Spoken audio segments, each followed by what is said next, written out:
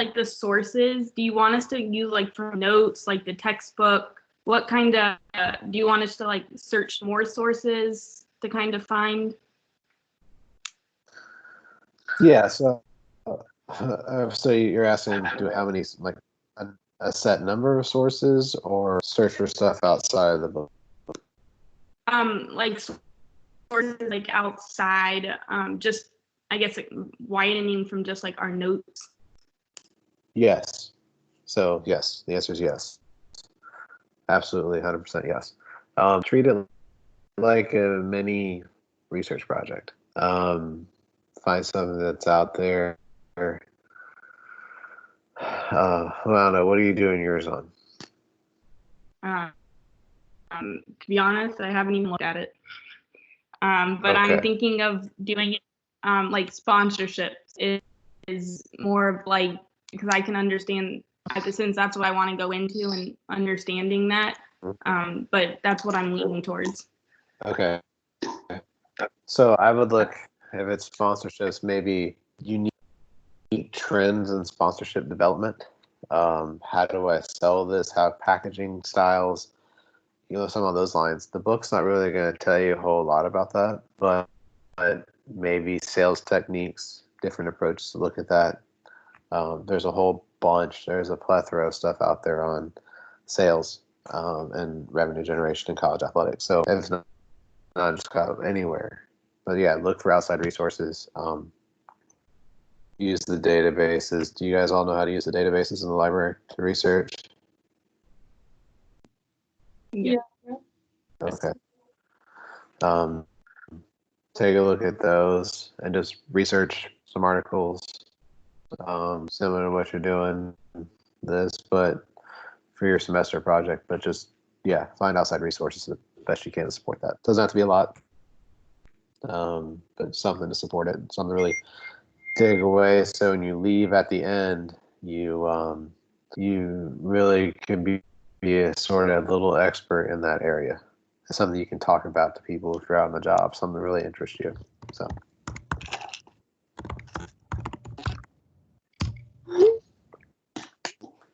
Any other questions? No? I have a question. Okay. Do we have like a final exam as like on top of the final paper, or is the paper our final? Haley, why do you have to ask me hard questions? Because I'm so confused about that. I'll tell you what. Let me look at something real quick. I remember off the top of my head. Got Corona brain, So let me look at something just to make sure. Oh, where's that?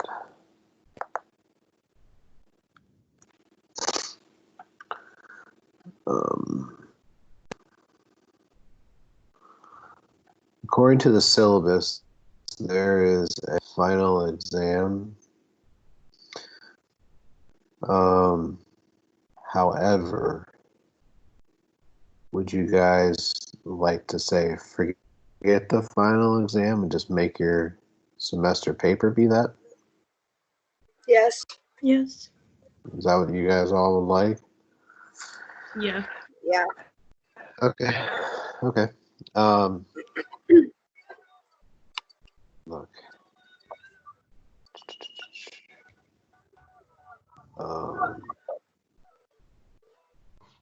So what I'll do, I'll just add 100 points to your semester project, and that'll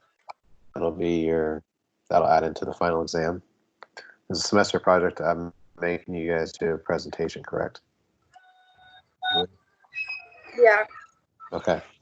So I'll just add 100 points to that, so the points stay the same. So it's still 1,000, and we'll just lump that in. Is that good for y'all? Yeah. Yep. I have so that's supposed to be due on April 28th. Is that correct? On the thing, I have May 1st. Okay. Or something along those lines. Can you guys get it all done by May 1st, and then you don't have to worry about a final exam in this class? Is there a way that, like, what's the latest that we could possibly turn it in? Because my cousin spilled apple juice on my laptop, and I lost everything. Okay. And I'm waiting to get my laptop back from Apple. Wait, he spilled apple juice on the apple? Yep, exactly. Oops. That's just funny. So I'll say May 1st is I'll put that as the deadline to get in it. So just so I have time to grade them all, because I have to get grades submitted fairly quickly. But if there's extenuating circumstances, please let me know. Okay. Thank you. You catch my drift there. Yep. So, but yeah, I don't want to push it out too far. That way I have time to grade them, because that's 15 different papers. So. Okay. We'll get through that. All right. Yep. No, we're not doing it.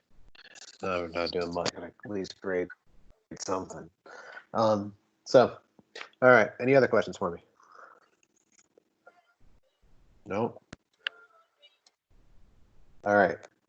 So, this week let's talk about consumer credit. How many of y'all have actually looked up your credit score before? I have. I have. Okay. Berto. Knowing your credit score is very important. It is probably one of those numbers that you should probably memorize or know. It is dynamic, but you should be able to check that. It is the gateway to a lot of getting credit for things. So buying houses, buying cars, buying your whatever, buying appliances at a store. So it is important to know your credit score. It's a gateway to get through. We'll talk a little bit about it throughout this semester. It's right there. Credit overall. It's some sort of arrangement to receive cash, goods, or services now and pay for them later. So that's something that we all use. If you think credit cards are the first things that come to mind, it's there. Credit's important to have overall. And as you move along, I think last week we talked about kind of like the lifeline or path of life and how it goes through, you will build a credit profile. It is very important to build a good one starting from the beginning and not trash it. Credit's a lot like your GPA in college. If you come in and take care of it from the beginning and keep it up and elevated, then you're doing pretty well. If you come in and you slack off and you're like me during undergrad and I don't know, fail a couple classes and you get your GPA down to like 2.4, then you got to fight really hard to build it back up. So credit's kind of that way. Don't take it lightly. Take everything you do. My wife and I both pride ourselves on knowing our credit and maintaining it because it's very important to all parties involved. Like I said, I used to joke with my undergrad class that how many of them would ask on a date on the first day, "Hey, what's your credit score? Show me your Credit Karma profile." And they're like, "No, that's actually good way if the date's going bad. That's what I could do." Because they get bad credit score, then I can bounce. That wasn't what it was intended for, but understanding where you're at, because once you get married, your partner's credit, you kind of absorb that. It becomes a joint liability. So understanding credit overall is very important. And then we have consumer credit. Yeah, go ahead. We have consumer credit overall. So it's the use of credit for personal needs, except home mortgages. Home mortgages are different. They're a whole different animal, a whole different ballgame. There's a lot more risk assessment that occurs with those, especially with what you're doing, because think about it. If you're buying a house for $200,000 and you put 10% down, so you're putting $20,000 down your cash, they're forking over $180,000 to you. I don't necessarily like giving somebody $10, $20, pushing it, but for a bank to hand over $180,000, that's a lot. So they can do consumer credit, especially credit cards, available. So we think your credit scores. This is kind of how the credit score is built up. If your credit score is 800 to 850, you're fantastic. You're doing great. You can get anything you want. If your credit score is 740 to 799, you're doing pretty well. Still do good with 739, you're good. 580 is fair, and then below that, not good. What this kind of represents, your score, 800, 850, that's their way of thinking, what's the likelihood this person's going to pay me back? So there's an 85%. So if your credit score is 800, they're thinking, oh, they're 80% of the time this person's probably going to pay me back. So there's risk. All this is for is assessing risk of where you're at. So if I lend you this, am I going to get my money back? What risk am I taking on? What's my risk assessment? Based on the risk, that's how interest rates get derived, right? So someone with a 800 credit score will probably get a fantastic interest rate because they know they're going to get the money back, and it's a pretty safe bet. So yeah, I don't need to give you as much interest. Someone with a 550 credit score, you're going to be paying probably 20% interest because they want to make as much money off of that. It's kind of a shady system, but it also is one that rewards you for having good credit and being trustworthy and reliable. And credit score has since been used for even job applications and other stuff. So if you're getting a job, depending on what it is, especially if it deals with money and finance, you will probably pull your credit score. They want to know, hey, how reliable is this person? And credit score has essentially been an unbiased attempt to understand the impact of that. And if we think reporting agencies, there's three. There's Experian, TransUnion, and Equifax. The most liberal of these is usually TransUnion, and they all kind of look at your credit slightly different. So your credit score, if you pull your credit report, which if you go to freecreditreport.com, each year you are entitled to one free credit report per, I believe it's Sarbanes-Oxley. Enable people, or Dodd-Frank, one of the two acts, enable people to get one free credit report annually, which is a good thing to get. You can actually request one from each agency, and I guarantee you your credit score will be different with each agency. So depending on where you're at, we can do it. My sister just purchased a new car. Long story there. But she... in that personal car, she went to go do it, and her credit score is different with two agencies, but it's still really good. So it's just different to see how one can be a whole lot higher than the other.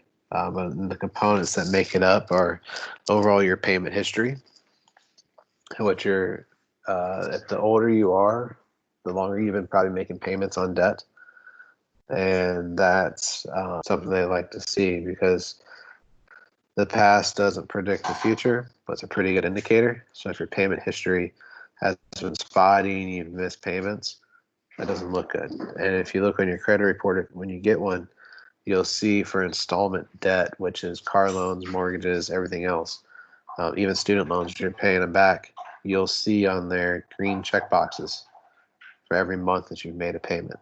If you didn't make a payment, there's red X's. It's just ways they can tell.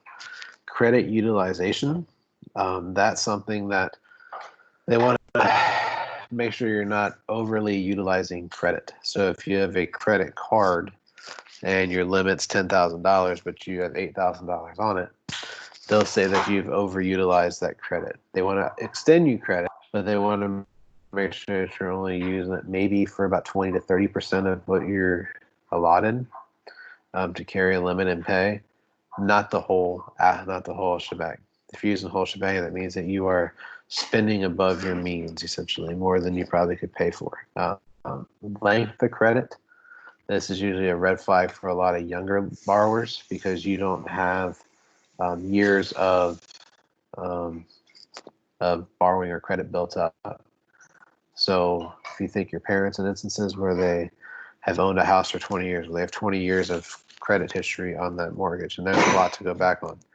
But if you brand new and you have no length of credit on anything, that's hard to tell. On the flip side of that, new credit. So what your credit score wants to see is a diverse portfolio that you're bringing in that goes with credit mix as well, but that you're bringing in new credits and other components to your credit score, credit profile. That could be getting credit cards or everything else. A way to enhance your credit is merely through maybe opening up a new credit card. That helps as it increases your new credit profile, what you're getting. And then your overall credit mix is that you have installment loans on there. You have some credit cards, everything else. Don't go and get 20 credit cards. That's just bad news for you. But various aspects of what you have to make that a diverse spread of credit overall between what we call installment and revolving credit lines, which are credit cards. And then here's your difference in closed-end or open-end credit or revolving credit.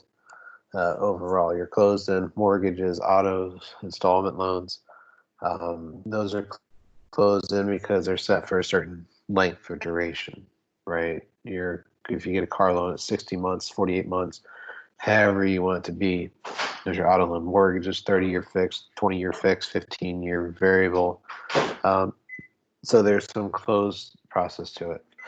Open-ended is where you can essentially push your credit up or bring it back. Depending on what you're doing. There's some overdraft protections on these as well. I don't know. Has anyone ever gotten a credit card when you were out shopping before? Anybody? Anybody tempted Yeah, once. to? Once? I gotcha. Aaliyah? No. No? Okay. Then I canceled Well, it. here's the thing. You cancel it. Good move.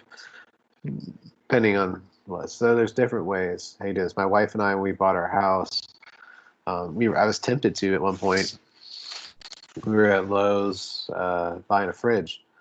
And I was like, well, they can put this on our Lowe's credit, and if you get approved and this much, you pay it, and you essentially just pay it off. And I'm like, you can use the points for it, we get the money back. That's not a bad deal, but try to limit that, especially because there's different types of credit cards when you go to stores. Okay, I worked at Dick's Sporting Goods for 2 years.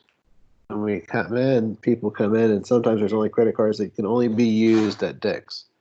And the science behind all this is, with credit cards, I know that if I put a credit card in your hand as a consumer, you are likely to come back and use it more frequently in my store and make more purchases. So if you're thinking about how to get loyalty and build this up, if you have a credit card, well, you're going to go shop there. That's why airlines all offer credit cards. That's why all these different places offer credit cards, because, well, if I got this Southwest Airlines credit card, well, I get more points on Southwest Airlines, so I'm going to use this on Southwest Airlines, or I'm going to use it when I'm out shopping, and there's a rationale behind it. Try and find other ones that offer you better ones, so strictly for banks. Give different protections if you're looking at different ways to get credit cards.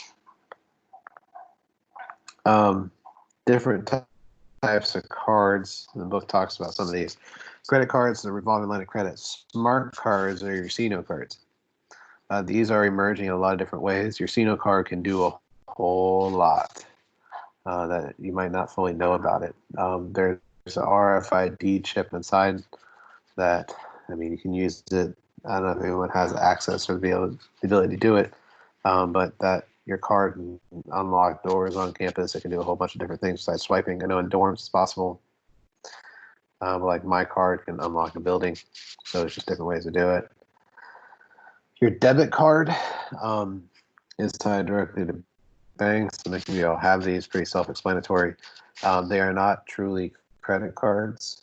They have the same functionality. So your bank, whoever you have, you look at your debit card, probably has MasterCard on it or Visa.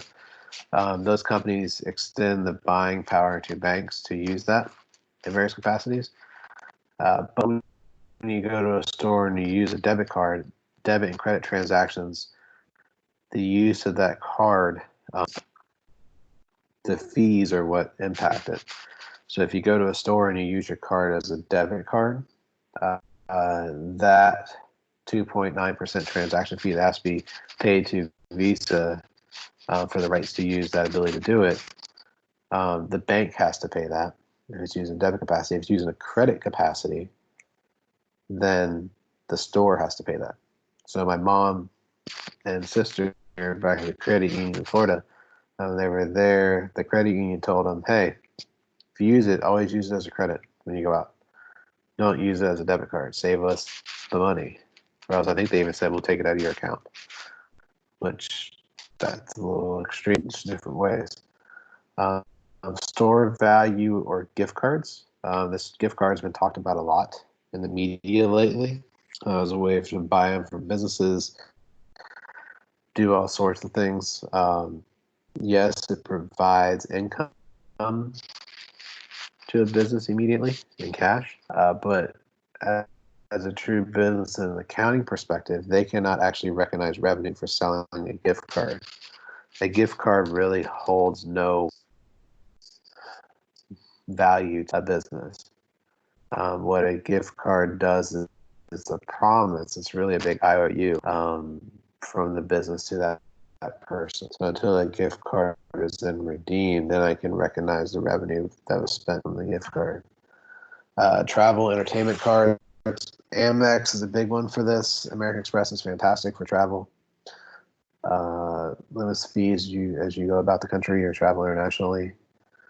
If you're traveling internationally, I know we have the United Nations in here, but as you're traveling internationally, if you're using an American bank card, my wife and I go to Canada.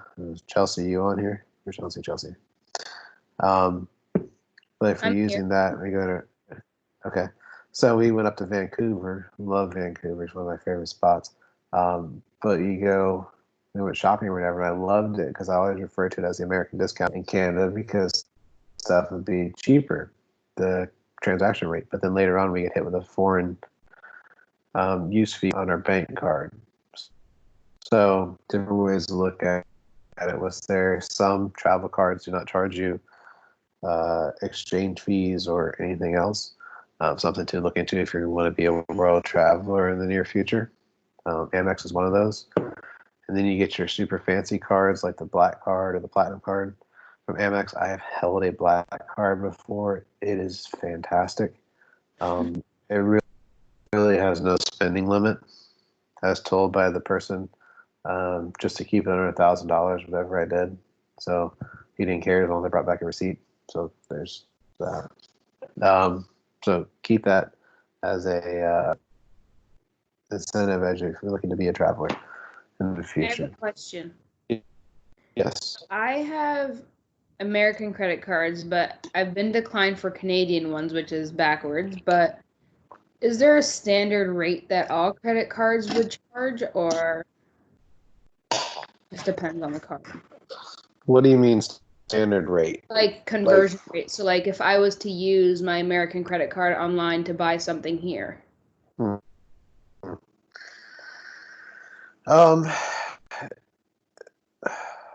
They'll charge you. I'm gonna say it depends on the card overall. You'll get there's benefits to that because of the currency manipulation between the American dollar and the Canadian dollar. That you might actually get it cheaper if you use the American card and American dollars. It just depends on the card. I'd look into that. Yeah, I would really look into that. Okay. I think it'll fluctuate and be all different. Okay. So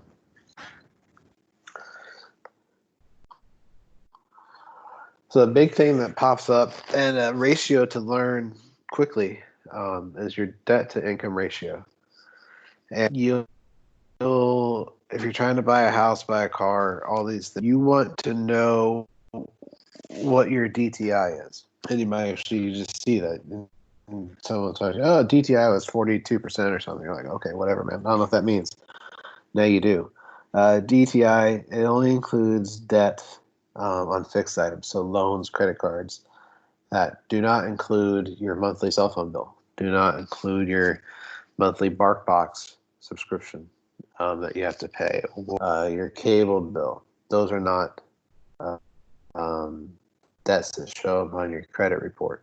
It's only those that show up on your credit report. And your income, the way they figure this up, is your income is your gross income, not your net. So your gross is whatever if you get a job and you're making $60,000, your gross income is $60,000 a year. Now we all know that we're not bringing home $60,000 a year. You're bringing home equivalent about 70% of that, 70 to 60% of that after you take taxes and everything else out of it. So that's what your gross amount is. To buy a house, usually you want to be around the 42, 43% range for your debt to income ratio. And this is used as a protection measure for lenders because they don't want to overextend or overlend their capabilities to everybody. That's just really how it is. Now, if you're applying for credit, there's 5 criteria here that you get evaluated on. First is character. So your attitude towards your credit obligations. What they mean by that is, are you going to pay it? Right. So you go in, and I don't know if you've ever seen the one Nerd Wallet commercial, I think, where it's that creepy looking cartoon character that just like walks around in his boxers, and it's like, I can get a whole mortgage right here in my boxers. No, it's a funny commercial. Look it up. But you want to know what's my character overall. And when people go in to get a loan, if you have to talk to a banker, I would recommend you look professional when you go in and talk to someone about a loan. Now to do it, but if you actually had to go in where people would get dressed up to go to the bank, you want to show up, put your best foot forward to the banker to try and get your loan. And the attitude that you present, that you're good with your obligations, that you care about what's there, that you're paying those, and they'll look at your credit report, but also they want to know a little bit about you. If they're lending you $20, $30, $100, $200, $500,000, they really want to know about you. Capacity is the financial ability, so that's where debt to income comes in. You will rarely get any loan if your DTI is over 50%. That includes a car loan and other stuff, because what they know is they still want to be able to get their money. And if you think through times like we're in right now, people might be overextended or over leveraged on debt, that you got to think about how am I going to put food on the table? What are my other things that I have to worry about? Paying back my debt is not the first thing that Shizuba gets cast off to the side. So if you don't have the ability to meet those financial obligations and still have a quality of life that you can do, they won't issue you debt. Capital, they're going to look at the assets that you have. A lot of you might not have a lot, but an asset you have is your stuff. So that's there. Collateral, what can you use to put up for it? If you buy a house, technically your house is collateral to that loan. So you stop making payments on your mortgage, you get foreclosed. Your house gets taken back from you by the bank. Same thing for your car.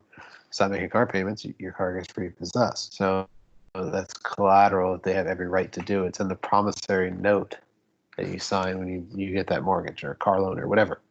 And then conditions. What are the general economic conditions? So this is really important today. If you're in an industry where there could be a lot of volatility, and you could have a job, and then you might not have a job. So what's the economic conditions at play? What are the prevailing winds? So we think safe people that will tend to always have jobs, teachers, public works individuals, usually government is there, doctors, nurses. These are usually people who will have employment or can stay employed. Trickier ones, hospitality and beverage, theme parks, entertainment aspects. Don't know. So what's prevailing ones with economic conditions? They take that into effect when they're looking at lending. They want to know, where do you work? Hey, what do you do? And tell them. So that's just little aspects of credit and what comes into it. So any questions for me on credit? I know a couple of you already took the quiz for the week, which is exciting. But with that, keep reading along, keep playing along. Now's the time to really sit down and buckle down and work on your papers, unless you had apple juice spilt on your computer, spilt on your apple. But just keep plugging along, doing your work. Hopefully you guys are all still doing well.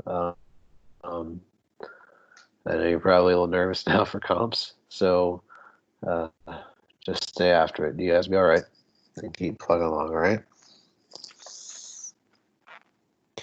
Is there any other questions for me, or are we good? Hearing nothing from the crowd, or something from the crowd? Nothing? All right, good. Good. All right.